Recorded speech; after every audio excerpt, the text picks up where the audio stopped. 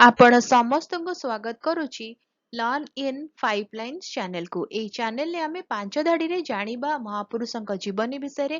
ଆଉ ଯଦି ମହାପୁରୁଷଙ୍କ ଜୀବନୀ ବିଷୟରେ ଅଧିକା ଜାଣିବାର ଅଛି, ସ୍ପେସିଫିକଲି ଅଧିକା ଜାଣିବାର ଅଛି, ମୋତେ କମେଣ୍ଟରେ ଜଣେଇବେ।